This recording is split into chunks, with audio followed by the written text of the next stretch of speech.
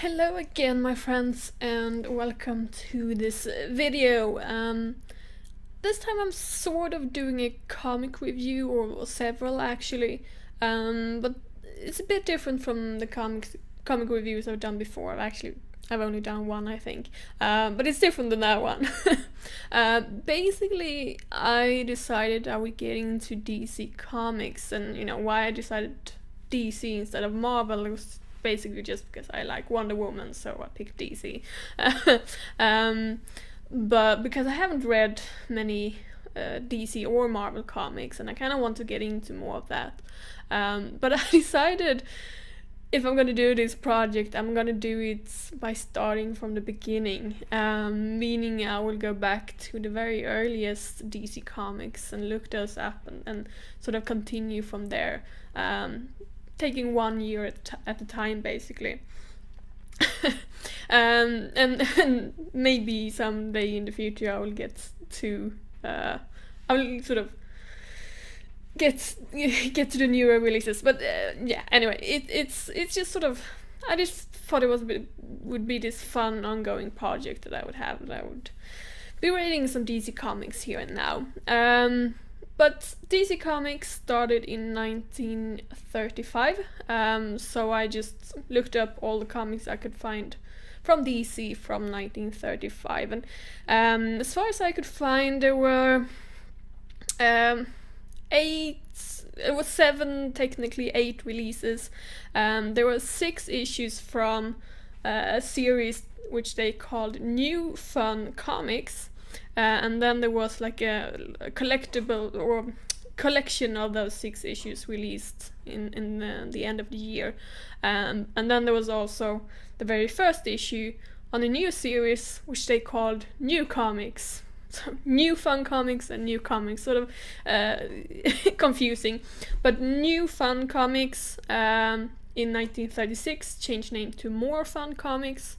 And New Comics eventually became Adventure Comics, I believe, which is one of the very long series that DC had. But I couldn't find all of these. I mean, I sort of thought, when I started looking for this, I sort of thought that there would be some sort of reprint of these, some sort of omnibus or collectible edition. But I couldn't find any, and I good luck finding the actual physical copies of the comics from the 1935. I was just like, no, I'm not gonna look for that. I mean, chances are I won't find them, and chances are they're very expensive, so yeah, I skipped that. But I could find some of them online. I could find issue 1, 2, and 5 of New Fun Comics, so I'm missing 3 of them, and then I found the very first issue of New Comics. And I'm not gonna review the individual stories in each issue because there's so many of them, and it's just sort of confusing because some of them are kind of boring, and they kind of are almost the same thing, some of them. And I'm not even going to review the individual issues. I'm just sort of going to talk overall what I thought about the year 1935 for DC Comics. It was very interesting reading these because I hadn't really experienced with the comics that are this old. There were a big variety of stories, which is sort of good and bad at the same time. You can tell that the sort of the comic industry and DC in particular sort of didn't really know what they wanted, because I mean, you can sort of tell that this was aimed at young boys, but there was still, there was some stories that was sort of, I thought were a little bit more mature, and some that were more childish, and some that was more cartoony in the way they were drawn, while there were others who were really realistic looking. Even, the printing technique was not that good, but still fairly realistic looking. So it just sort of sprawled all over the place, the sort of stories that were in there. But there were some that I actually liked. I mean, there were a lot of comedic stories which I didn't much care for, but that's just personal tastes. These sort of silly, cartoony stories. That's not why I went into DC Comics, if we put it like that. A lot of westerns, a lot of sort of historicals, stories about soldiers and such who fight, the evil non-white people. Yeah, sort of awkward in that way. Several portrayals of Indians and black people that were kind of awkward, but yeah, it's a product of its time. You kind of just have to go with that. Now there were a couple of standouts. There were a sci-fi story which was called Don Drake on the Planet Sorrow, or Sarrow possibly, which is sort of a pre-Flash Gordon style story, and I really like that. He was included in several, or parts of his adventure was included in several of the New Fun comics. Unfortunately, I missed some of the stories since I was missing some issues, and I actually believe that the very first issue, the digital edition I had of that, was not complete either. So yeah, so that was my favorite actually. That was a bit of sci-fi history that I was not aware of, so I'm very happy to have read part of that. There was one fantasy story which was called Brad Hardy. Very short, but it was quite fun. He was fighting some strange rat men in the underworld. Nothing complex, but quite fun. Like I said, most of these stories are seemingly aimed at boys, but there were one continuous story that was sort of included in several issues that had a female protagonist, which was called Sandra of the Secret Service. I wouldn't say it's a great portrayal of a woman, but it was kind of a pleasant surprise because I didn't expect a character like her in these earlier comics. So I did kind of like that.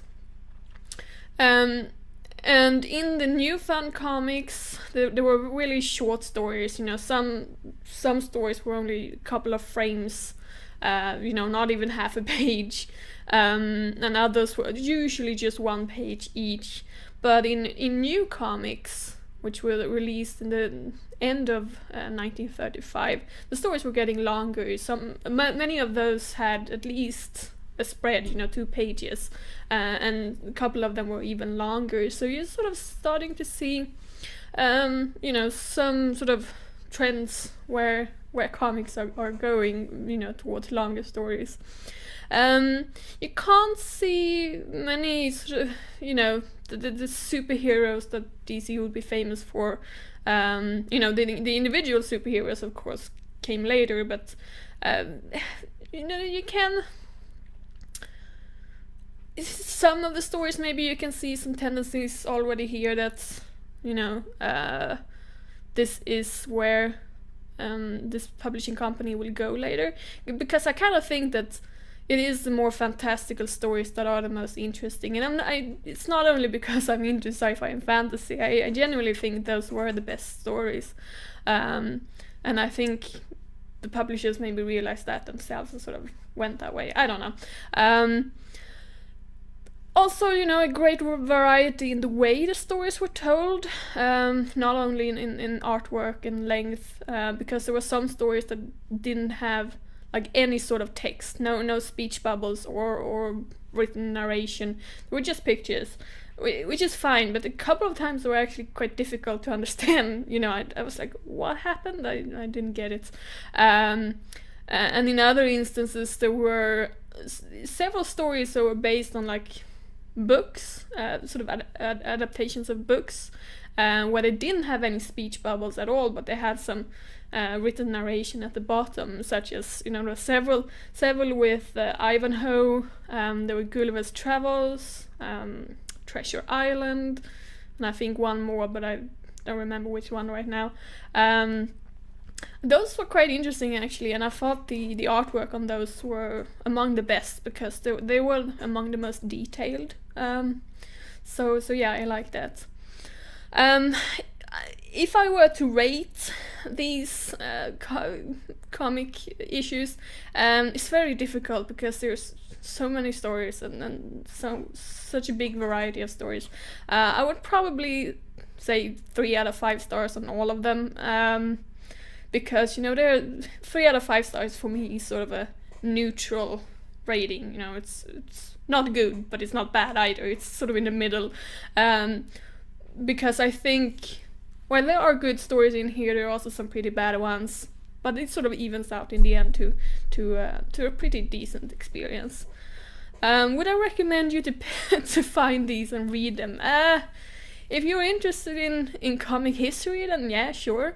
But if you're just interested in like the superhero part of DC, then no, not really. I mean, you can find the Don Drake of the Planet Sorrow. Find that one. That one's pretty fun. But other than that, you don't need. I don't think you need to read these to enjoy the rest of DC Comics. But I want to do it in order, so yeah. That was DC Comics of 1935, and I don't know, I'm gonna read the ones from 1936 next. Don't know when I will be making a video on that, possibly next week, or possibly not. We will see.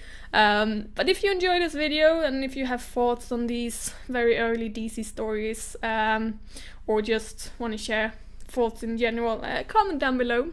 I love to receive comments from you. Like and subscribe, and I'll see you again soon. Bye bye.